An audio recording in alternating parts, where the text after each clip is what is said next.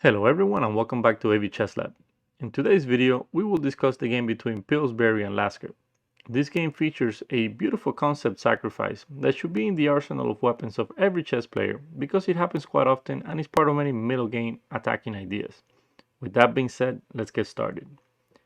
So the game starts with d4, d5, c4, e6, knight to c3, knight to f6, knight to f3, and c5, and here we have the Queen's Gambit decline Semi-Tarrasch defense variation. And let me know in the comment section below which is your favorite opening. In the game we have bishop to g5, and this line was fashionable back in the days, but it has been replaced today by c takes d5. And after knight takes d5, e4, knight captures on c3, b takes c3, c takes d4, c takes d4, we exchange the bishops, and in this position it is black that has to play very accurately since white has a lead in development and has full control of the center. In the game, after bishop g5, c takes d4 happens and white captures with the queen. And this is a very unusual recapture since it allows black to develop a piece with tempo after knight to c6. And here white played the move queen to h4, threatening to destroy the black pawn structure with the threats of bishop takes f6 followed by c takes d5. But if this is what white had in mind, maybe he should have tried bishop takes f6 on the previous move. For example, if we go back to the move knight to c6, here he could have continued with bishop takes f6, g takes f6, queen h4, pawn takes on c4, rook to d1 attacking the queen, bishop to d7, and after move pawn to e3, white will recapture the pawn on c4 with the bishop or the queen, and he will have a better pawn structure. But coming back into the game, after the move queen to h4, black continues with bishop to e7, and here white castles queenside. And in this position, black is most likely going to castle kingside. And whenever there are opposite side castling, the games are very interesting and full of attacking ideas. Let me know down below which position you prefer and why. I personally prefer black, since there are fewer pawns around the white king, plus the white queen is out and sometimes could come under attack. But okay, after castling, black continues with queen to a5, removing the queen from the pin down the d file. e3, opening room to develop the last minor piece, either a straight capture on c4 or simply to e2 or d3. Bishop to d7, king to b1. A useful move since sometimes the king can come under attack down the c file.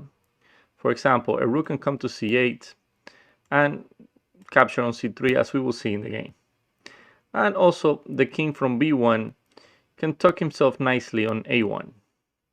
And also in some situations, this rook from d1 can come into the c file, and this other rook on the h line can come into the d file. In the game, h6 was played, and this move is useful, but at the moment it doesn't really threaten to capture the bishop, since if it takes, we can simply take the rook on h8 and win the game. C takes d5 happens, pawn takes on d5, knight to d4, and black castles. And with this move, now the threat of h takes g5 is back on the board, so white continues with bishop takes on f6. Bishop captures on f6, and queen to h5, putting pressure on the pawn on d5. Knight takes d4, pawn takes d4, bishop to e6, protecting the pawn. And here white continues with the move f4, and the fireworks begin as white is the first to launch the pawns forward.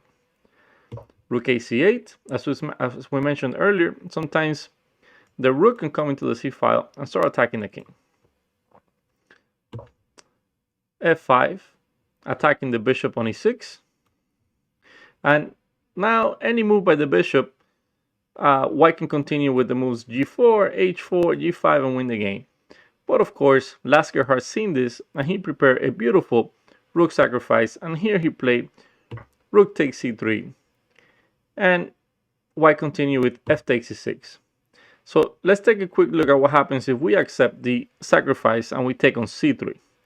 If b takes c3, this will lead to catastrophe for white on the queen side. For example, queen takes c3, f takes e6, rook to c8, and here bishop to e2, queen to b4 check, king a1, rook c1 check, rook takes, and bishop takes d4 will be checkmate. And if we tried, instead of coming back with the queen, with queen to e2, we can take on d4 with the bishop, e takes f7, king to f8, and white would have to sacrifice his queen, and in this position, it's just an easy win for black. So after f takes e6, Lasker continue with another brilliant move, rook to a3, sacrificing a full rook. E takes f7, rook takes f7, and Pillsbury decided to accept the sacrifice with b takes a3. And this move was necessary since if you don't capture here, then the rook will simply just take on a2 and black should be able to checkmate the white king. So after b takes a3, queen b6 check, the bishop develops to b5, getting in the way of the queen. Now this is a very resourceful defense, since after the capture on b5, the queen will no longer be attacking the pawn on d4. For example, if king to a1 on the previous move, if king to a1, we have bishop takes d4, rook takes d4, queen takes d4 check, king to b1, queen e4 check, king to a1, queen e1 check, and this leads to a forced checkmate after king to b2, rook f2, king b3, queen to b1, king a4, rook f4, and checkmate on b6. So for this reason, any other move but bishop to b5 would have lost and ended in checkmate. So after bishop to b5, the queen captures on b5, king to a1, and rook to c7, and it gets ready to sacrifice itself on c1, since after rook takes, bishop takes d4 will be checkmate. Rook to d2 is played, keeping an eye on the d4 pawn, and now if rook to c1, we can simply capture with the other rook. Rook to c4, putting more pressure on the pawn on d4. Rook h to d1, and this move is probably the last move that loses the game for white. Maybe he should have gone for rook to e1, and from here it starts creating its own counterplay down the e file, and maybe also trading queens would not be such a bad idea. But after this move, the game just finishes rather quickly. So here, rook to c3, queen to f5, queen to c4, preparing to just go rook to c1 and win the game. White continues with king to b2, and it almost seems as if white has everything under control, when suddenly just Lasker plays another incredible rook sacrifice with rook takes on a3.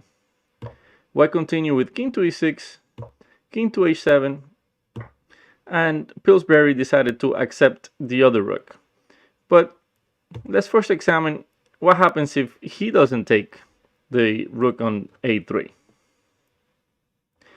So declining the sacrifice with a move like king to b1, for example, will lead to bishop takes d4, rook takes d4, queen takes a2, king c1, and rook c3 checkmate.